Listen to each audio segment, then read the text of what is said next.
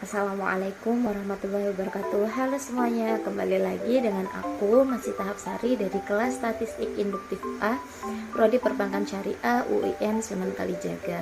Nah, pada kesempatan kali ini aku akan meneruskan pembahasan yang kemarin, yaitu mengenai uji hipotesis. Pertemuan kali ini kita akan membahas mengenai uji hipotesis 2 sampel. Oke, stay tune. Langsung saja kita masuk ke pembahasan kita, yaitu mengenai uji hipotesis 2 sampel. Dalam suatu penelitian seringkali menggunakan 2 sampel atau lebih sebagai objek penelitiannya, dengan tujuan untuk melihat ada atau tidak perbedaan setelah sampel-sampel tersebut diberi perlakuan yang berbeda.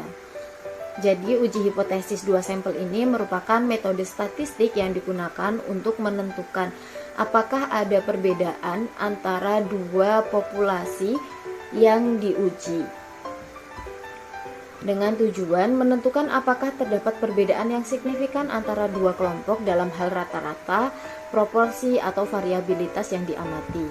Kemudian proses ini melibatkan pembuatan dua hipotesis, yaitu hipotesis nol yang mengasumsikan tidak ada perbedaan dan hipotesis alternatif yang mengasumsikan adanya perbedaan.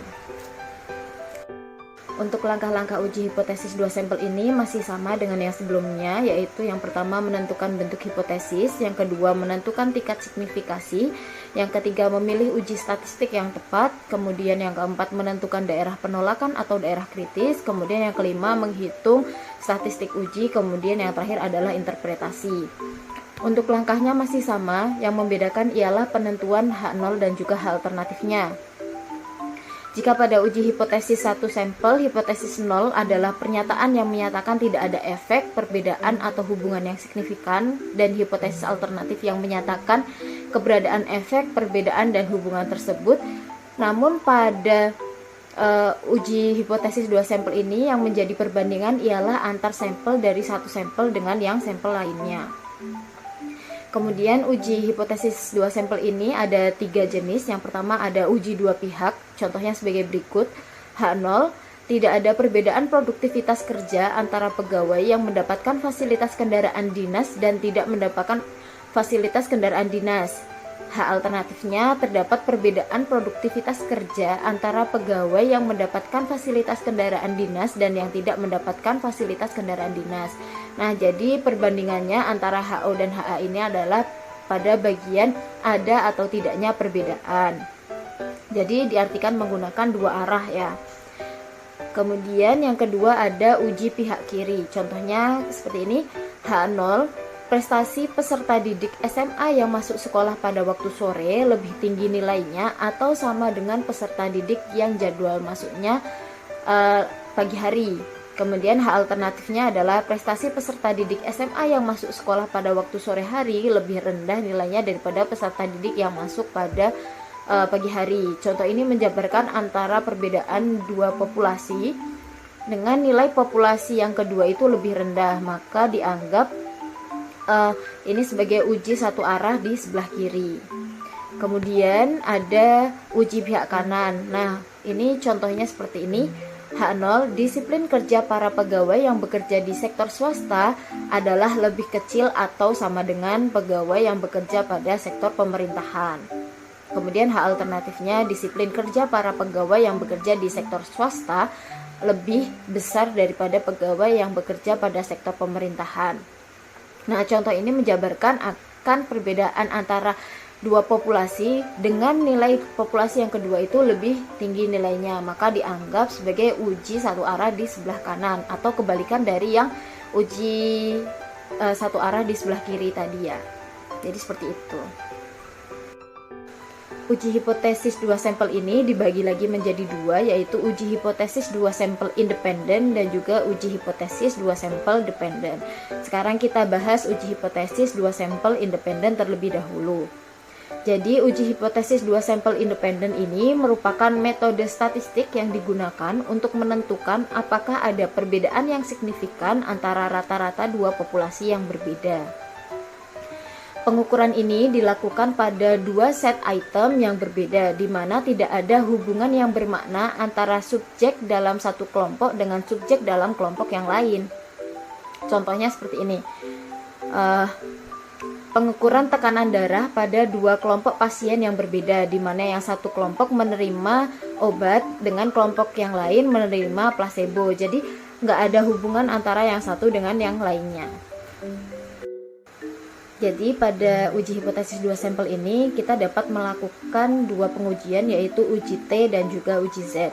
Uji T digunakan ketika standar deviasi populasi tidak diketahui dan harus diestimasi dari data sampel, dan apabila ukuran sampel kecil biasanya kurang dari 30 sehingga distribusi datanya tidak diketahui.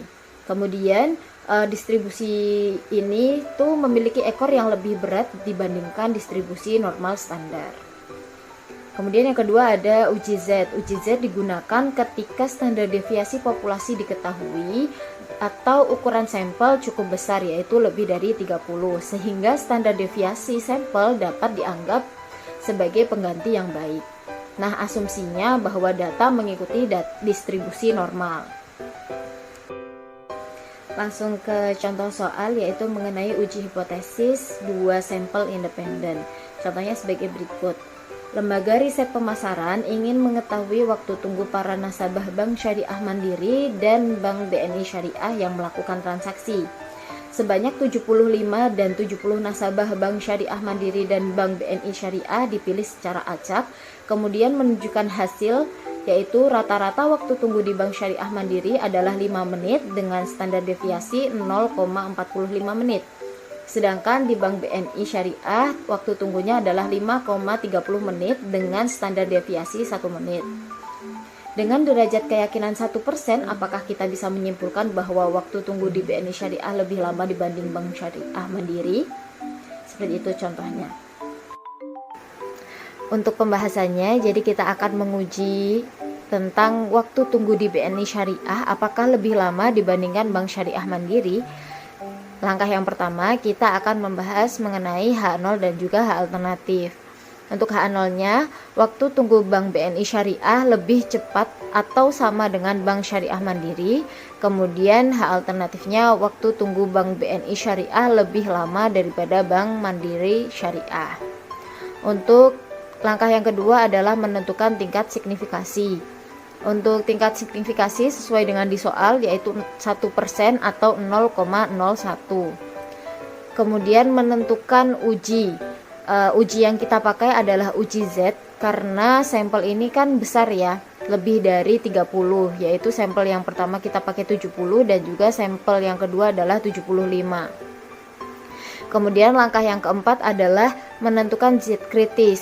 Jadi Z kritisnya kita pakai yang satu sisi pada tingkat signifikasi 1%, yaitu kita menemukan hasil 2,33. Langkah yang kelima yaitu menghitung uji statistik ya.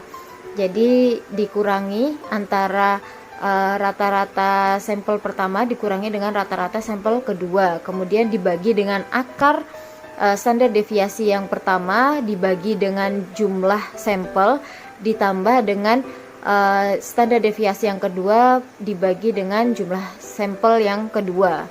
Dapat kita peroleh dalam slide ini, kita temukan 2,30. Kemudian langkah yang keenam, interpretasi dan penjelasan ya. Karena nilai Z hitung tadi kan 2,30, sedangkan nilai Z kritisnya 2,33, sehingga dapat dibuktikan bahwa kita gagal menolak hipotesis 0, yang berarti bahwa sampel belum cukup membuktikan bahwa waktu tunggu untuk melakukan transaksi BNI Syariah itu lebih lama dibanding Bank Syariah Mandiri, karena kalau kita lihat kan tadi perbedaannya cuma beberapa detik ya, dengan standar deviasi yang sedikit juga, seperti itu. Nah, jenis yang kedua ada uji hipotesis 2 sampel dependen atau yang dikenal juga sebagai paired sample t-test atau uji T berpasangan. Uji ini digunakan untuk membandingkan rata-rata dari satu populasi yang diamati atau diberi perlakuan 2 kali, biasanya sebelum dan sesudah sesuatu perlakuan atau intervensi. Dalam uji ini kita mengamati pasangan-pasangan data untuk masing-masing anggota populasi dan menghitung rata-rata selisih antara pengamatan pertama dan pengamatan kedua. Contohnya ialah pengukuran tekanan darah pada pasien sebelum dan sesudah pemberian obat, seperti itu. Masuk ke contoh kasus mengenai uji hipotesis 2 sampel dependent.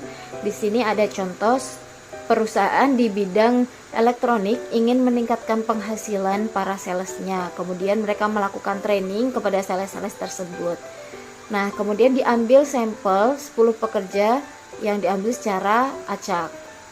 Dengan tingkat signifikasi 5%, apakah kita bisa menyimpulkan bahwa rata-rata penghasilan sales sesudah training itu lebih tinggi? Nah, di sini udah ada tabelnya ya. Kalau dilihat sekilas, kita bisa lihat bahwa penghasilan sesudah training itu memang lebih tinggi. Namun kita akan melakukan uji hipotesis untuk membuktikan apakah benar jika sesudah training itu pekerja mendapat gaji yang lebih tinggi, seperti itu.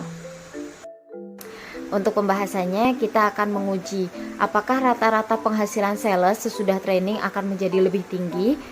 Langkah yang pertama, kita menentukan hipotesisnya ya. Untuk hipotesis nolnya, penghasilan sales sesudah training kurang dari atau sama dengan sebelum training. Kemudian hipotesis alternatifnya, penghasilan sales sesudah training lebih tinggi daripada sebelum training. Langkah yang kedua adalah menentukan tingkat signifikasi sesuai dengan di soal, yaitu kita menggunakan 5% atau 0,05. Langkah yang ketiga, kita menentukan uji yang akan kita pakai. Kita menggunakan uji T karena sampelnya ini sedikit ya. Kemudian langkah yang keempat adalah menentukan nilai kritis. Tadi kan tingkat signifikasinya 0,05, kemudian standar deviasinya N dikurangi 1 atau 10 dikurangi 1 adalah 9. Jadi standarnya itu 0,05 sama 9. Dapat kita temukan nilai 1,93. Jadi nilai T kritisnya adalah 1,93. Langkah yang selanjutnya adalah menghitung uji statistik ya. Yang pertama kita menghitung D-bar-nya dulu, yaitu dengan sigma D dibagi dengan N, yaitu 3,77 dibagi dengan 10, ketemu hasil 0,377. Kemudian kita mencari standar deviasinya dengan akar dari sigma D dikurangi D-bar di pangkat 2 dibagi dengan N kurangi 1, ketemu hasil 0,320903 atau yang dibulatkan menjadi 0,32. Baru setelah itu kita menghitung T hitungnya, yaitu dengan nilai D-bar dibagi dengan standar deviasi dibagi dengan akar N, ketemu hasil 3,715. Langkah yang keenam, kita interpretasi ya. Jadi kan nilai T hitungnya itu kan 3,715. Nah, itu kan lebih besar dari nilai T kritis yang hanya 1,833, sehingga dapat disimpulkan bahwa kita menolak hipotesis 0 dan menerima hipotesis alternatif. Sehingga dapat disimpulkan bahwa sampel cukup memberi bukti bahwa rata-rata penghasilan sesudah training itu lebih tinggi. Karena mungkin kan efek setelah training, jadi mereka itu lebih bisa ya pengalamannya bertambah dan pengetahuannya bertambah, sehingga penghasilan setelah training ini mereka menjadi lebih tinggi lagi, seperti itu. Baiklah, cukup sekian materi yang dapat aku sampaikan. Kurang lebihnya aku minta maaf jika ada kesalahan. Terima kasih atas atensinya. Sampai jumpa lagi di lain kesempatan. Wassalamualaikum warahmatullahi wabarakatuh.